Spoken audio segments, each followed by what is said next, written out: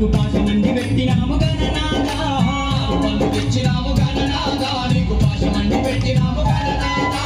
తీరొక్క పూలతోటి గణనాథా నీకు పూజలే చేసినాము గణనాథా శివ శివ మూర్తివి గణనాథా నువ్వు శివుని కుమారుడవు గణనాథా శివ శివ మూర్తివి గణనాథా నువ్వు శివుని కుమారుడవు గణనాథా